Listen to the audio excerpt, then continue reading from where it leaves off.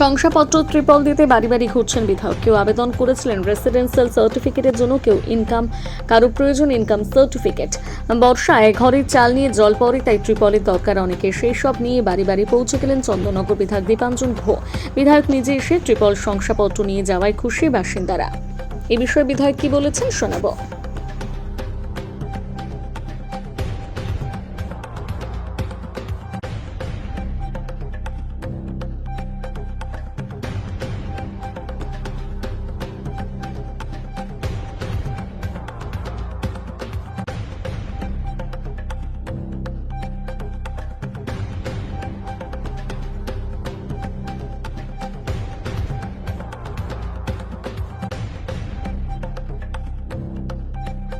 ফল তো দিচ্ছেনই, দেখছি শংসাপত্র মানুষের হাতে তুলে দিচ্ছেন, বিষয়টা কি?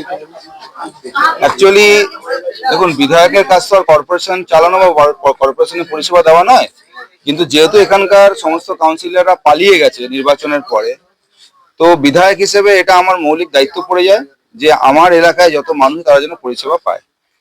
আমিও পরিচিত রাজনীতিতে প্রথমবার, কিন্তু চেষ্টা করছি যে তারা যাতে পরিষেবা সঠিকভাবে পায়।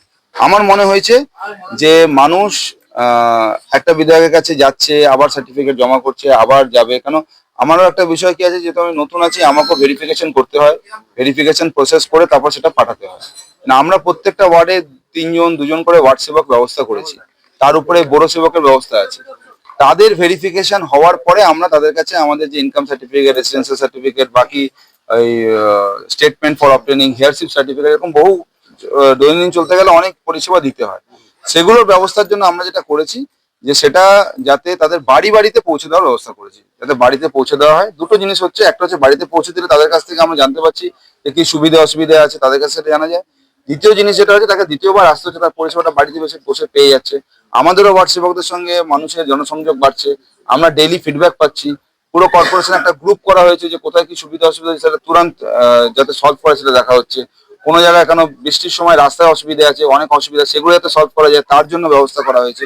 এই পুরো ব্যবস্থা ঠিক করার জন্য জনসংযোগ, কেন পাবলিকের সঙ্গে যদি রাজনীতি যারা তাদের সঙ্গে সম্পর্ক যদি ডিরেক্ট না থাকে, তাহলে আমরা কখনো জানতে পারবো না যে নিচের সমস্যা কি হচ্ছে।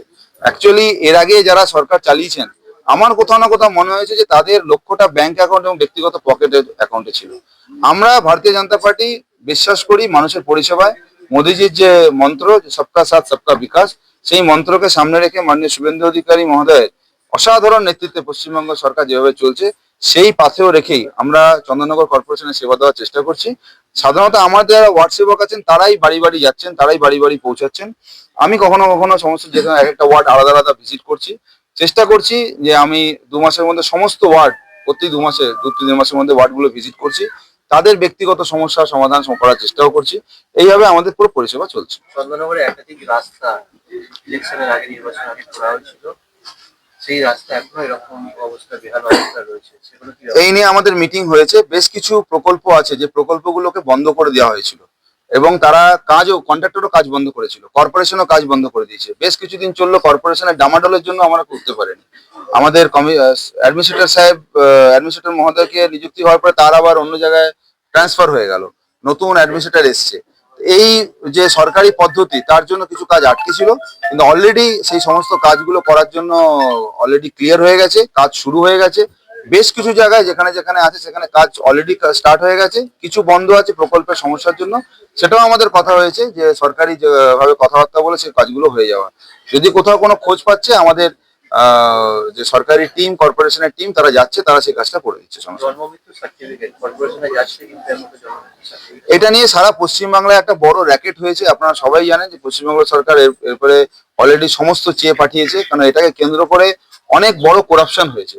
সেটাকে আটকানোর জন্য আমি আগ্রহ করব সবাইকে ব্যাপারে সহযোগিতা করতে। এটা হিউজ করাপশন আছে, আর সবচেয়ে বড় কথা হচ্ছে যে এখানকার সুরক্ষা নিয়ে প্রশ্ন আছে।